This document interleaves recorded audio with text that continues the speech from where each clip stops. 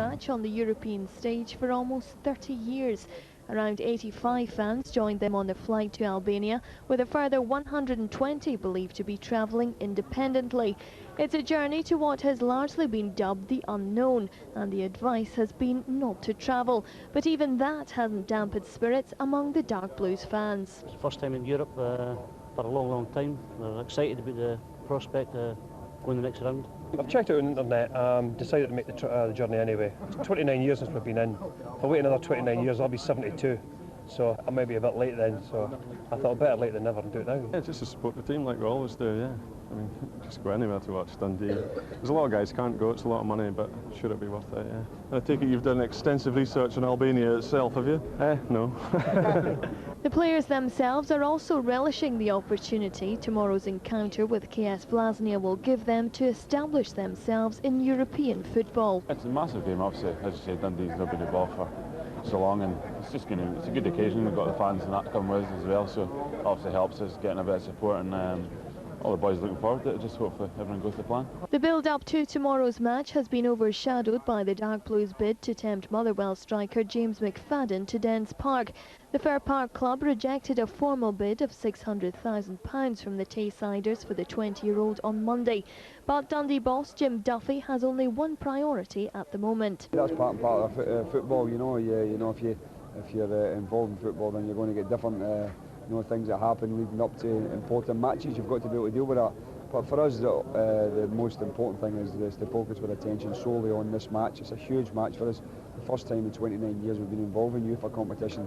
So anything else will be put well on the back burner, and we'll be concentrating on this match. The match kicks off at 6 o'clock Greenwich Mean Time tomorrow evening. Well, a short time ago I spoke to Tyrone, who's in the Albanian capital Tirana, having flown out with the Dundee squad. Well, after all the scaremongering stories there have been about what Dundee will face when they arrive here in Albania, it looks like it's the weather which will be their biggest problem. Now, I'm speaking to you from the capital, Tirana. It's early evening and it's still baking hot, with the temperatures still hovering around the 90-degree mark. And I'm afraid it looks like being even hotter this time tomorrow, when Jim Duffy's men take on Vllaznia Shkodër, which is 70 hazardous miles north of Tirana. Now, Dundee arrived in Shkodër a short while ago and are currently getting their first look at the 16,000 capacity Loro Berici Stadium, which incidentally is one of just 2 Albanian stadiums approved for international matches by UEFA. Now, sadly, I can't join the Dens men there tonight, as we've been advised to stay away for security reasons.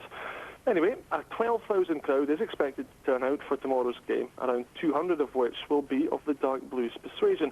Now, as I think was mentioned in that report, the 85 fans travelled with the official travelling party today, but I'm told another 120 are battling their way by plane, train and automobile across Europe to get here. And when they do arrive, a very cosmopolitan atmosphere awaits them, with a number of Belgian fans already here ahead of tomorrow night's UEFA Cup qualifier between Lokeren and Dinamo Tirana. Anyway, more important matters, returning to Dundee's European campaign, their first for nearly 30 years. And there's mixed news on the selection front this evening.